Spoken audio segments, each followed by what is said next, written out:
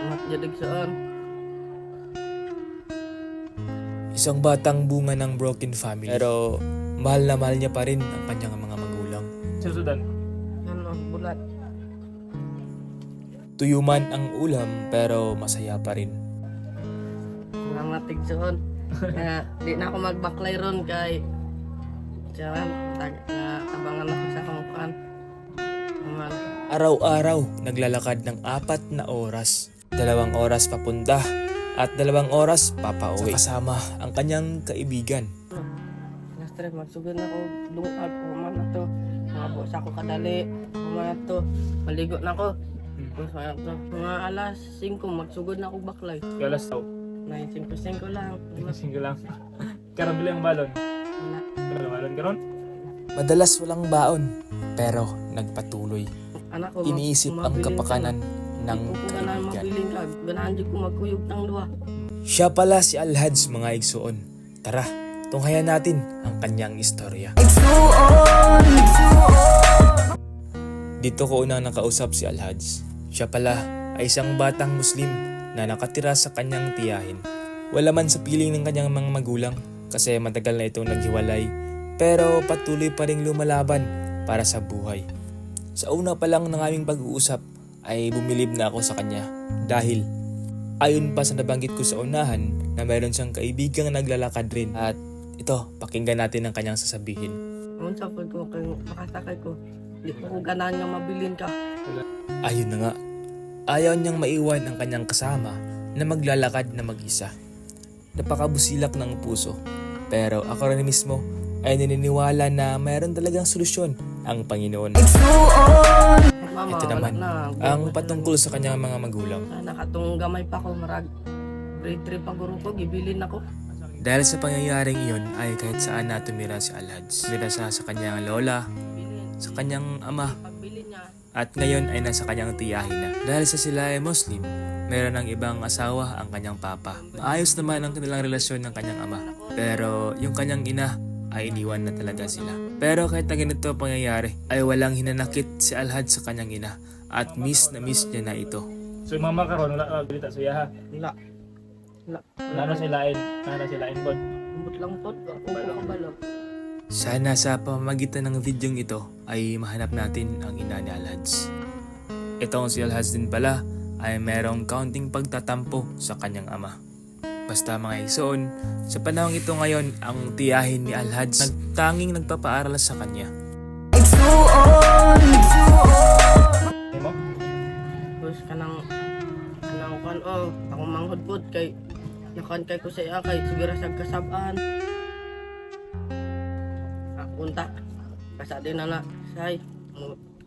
Duga masig makan ra to makitan ra guro na ta atong mama. Wala ka balita sa iyong mama ron. Ha? Wala ka balita sa sila. Wala.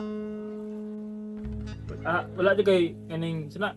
Kay bal siya nagto karon. Wala ko kabalo pod. Hindi ko balo. Wala. Kilala mo ka sugad ka na sa makawala ka kontak sa mama mo. Siguro ka to sir. Atong napuyo pa ko diya sa andon. Sa akong uyo ampod. Daw lang Sa ako napuyo ko sa uyuan. Tawag ko. Na kanama kasi mong iyan ron sa iyong ante. Pag minutan ka dira sila ha. Na ha. Ikan mo sa supit saan oras mong gikan? Sa supit. Nastre, magsugod na ko lungag. Kuman na to. Mga sa ako kadali. Kuman na to. Maligo na ako. Mga alas 5, magsugod na ako baklay. Kaya alas 3 makamumata no. Then pag mahapon bakoy na pud ka sa maras ng abot. Mga nanay, mga alas 6, alas 5 nga na. Hindi kita na ano sa hay. Mikit Kita na. na mo. Matapos kong marinig lahat ng kwento ni Alhads ay siya talaga ang batang deserving tulungan. Kaya mga igsoon na hindi pa tayo humiling sa Panginoon ay meron ng tulong na dumating na para kay Alhads. Kaya mga igsoon para hindi na siya maglalakad pa ng 4 na oras ay binigyan na natin siya ng pamasahe buwanan. Maraming salamat kay Ma'am Linlin na siya ang nag-sponsor para sa pamasahe ni Alhads. At sa araw na ito ay wala din siyang baon kaya binigyan na rin natin siya ng baon mga igsoon. Pagkatanggap niya ng pera ay parang manghiyak-ngiyak si Alhads. So, basta mo nang pamasahin mo at least dili na ka mag-backfly. And apila og pray to imong amigo nga makita pud tag para sa iya mo Hindi na po siya mabaklay kay Anak ko, kung mabilin ka na, di ko ganaan mabilin ka. Ganaan di ko magkuyog ng luha. ano. Kaya wakay ka bang magbaklay? Salamat tigsoon. Kaya di na ako magbaklay ron kay siya na tabangan ako sa kumukhaan. Dito ay di na napigilan ni Alhads ang kanyang mga luha. Ang lalim ng kanyang mga hininga.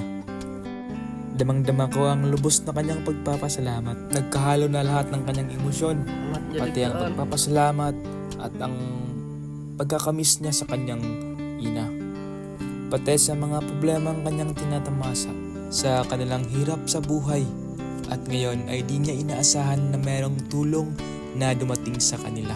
Bumilib ako sa kanya kasi sa hirap ng kanilang buhay ay siya'y naging matatag kahit nasa murang edad. Kung kayo ang nakikinig sa kanyang istorya, ay tiyak na maiiyak din kayo sa kanyang kwentong maalaala mo kaya. So, nalipay ka? Sige lang, dilipan na. Sa kayo mayang mga bata, panalingin na dyan si Ginoo. Manang magpalay pa tapos hindi magkita tag. Mana pang pangalawans para na makuha na talagang maagi ha. Hilo na. Kailang sila masakit na. Sana.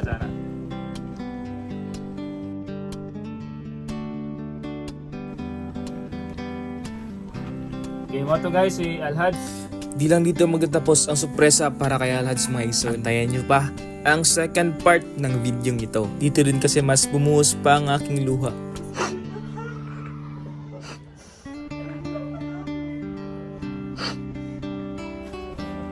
Tala. Magsukol ka tansin. Awon tao nagtabang ako. Magsukor ako. Sin. Ang bakon para makabaon ako diyaon. Kaya? Magsukol.